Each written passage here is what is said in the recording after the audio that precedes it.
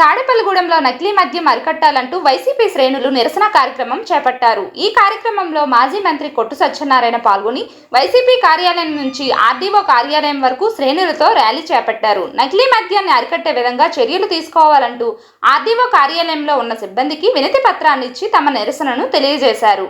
ఈ సందర్భంగా మాజీ మంత్రి కొట్టు సత్యనారాయణ మాట్లాడుతూ రాష్ట్రంలో నకిలీ మద్యం తయారీ ఒక పరిశ్రమలా తయారైందని, నకిలీ మద్యం వల్ల ప్రజల ప్రాణాలకు హాని కలుగుతుందని తెలిపారు.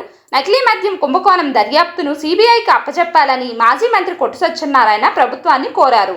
రాష్ట్రంలో నకిలీ మద్యం తయారు చేసే వారిని పట్టుకుని వారిని కఠినంగా శిక్షించాలని, అలా చేస్తే నకిలీ మద్యం కంట్రోల్ అవుతుందని ఆయన తెలిపారు. ఈ కార్యక్రమంలో వైసీపీ నాయకులు, కార్యకర్తలు పాల్గొన్నారు.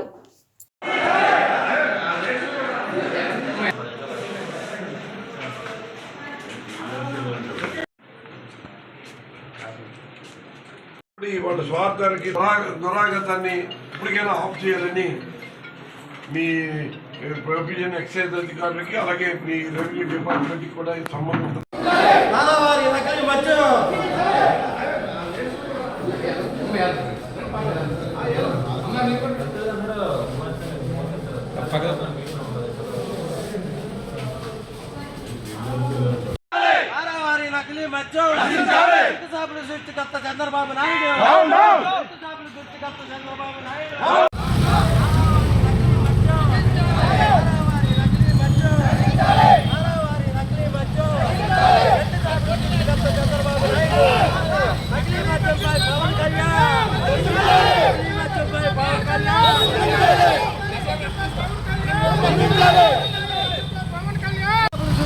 చంద్రబాబు నాయుడు చంద్రబాబు నాయుడు నకిలీ మద్యంపై పవన్ కళ్యాణ్, నకిలీ మద్యంపై పవన్ కళ్యాణ్, నకిలీ మద్యంపై పవన్ కళ్యాణ్, నకిలీ మద్యం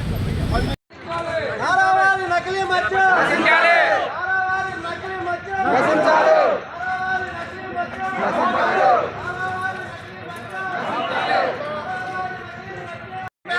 ప్రాణాలతో చెలగాటం వద్దు. కొంచెం అటు ఉన్నాడు. నారావారి నకిలీ మద్యం, నారావారి నకిలీ మద్యం, నకిలీ మద్యంతో పేదవాళ్ళు పొట్ట పట్టద్దు.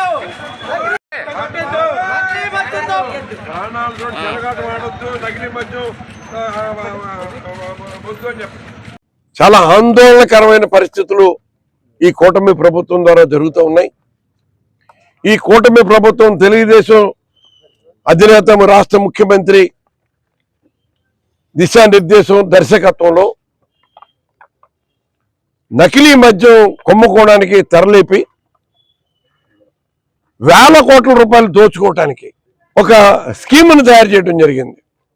దీన్ని స్కామ్ అంటం కంటే స్కీమ్ అంటడమే సమంజసంగా ఉంటుంది. ఎందుకంటే ఒక పద్ధతి ప్రకారం రాష్ట్రంలో అన్ని ప్రాంతాల్లో కూడా ఒక కుటీర పరిశ్రమలాగా ఏదైతే తంబళ్ళపల్లి శాసనసభ్యుడిగా తెలుగుదేశం తరఫున పోటీ చేసిన జయచంద్రారెడ్డి తన ఎన్నికల అఫిడవిట్లో నాకు ఆఫ్రికాలో డిస్టరీలు ఉన్నాయని మెన్షన్ చేసిన తర్వాత తన అనుచరుడైన జనార్దన్ రావు తోటి కానీ, కట్టా సురేందర్ నాయుడు తోటి కానీ, గిరిధరన్ నాయుడు తోటి కానీ వీళ్ళందరూ కలిపి ఇక్కడ మరి ఏదైతే ఇబ్రహీంపట్నం దగ్గర కానీ, లేకపోతే విశాఖపట్నం జిల్లాలో కానీ, అనకాపల్లి దగ్గర కానీ, ఇంకా తుని ఇతర ప్రాంతాల్లో కానీ, ఏలూరు తదితర ప్రాంతాల్లో కానీ ఈ నకిలీ మద్యం తయారీ కేంద్రాల్ని ఎంతో పకడ్బందీగా మరి నడుపుతా ఉన్నారు. దీనికి ఇది ఒకటే కాకుండా గోవా నుంచి కూడా ఈ నకిలీ మద్యాన్ని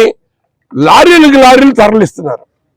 దీంట్లో కేవలం స్పిరిట్, కలరు, ఎసెన్స్ కలిపేసి మద్యం తాగిచ్చేస్తా ఉన్నారు. దానికి 7-8 రూపాయలు ఖర్చు అవుద్ది ఒక క్వార్టర్ బాటిల్కి.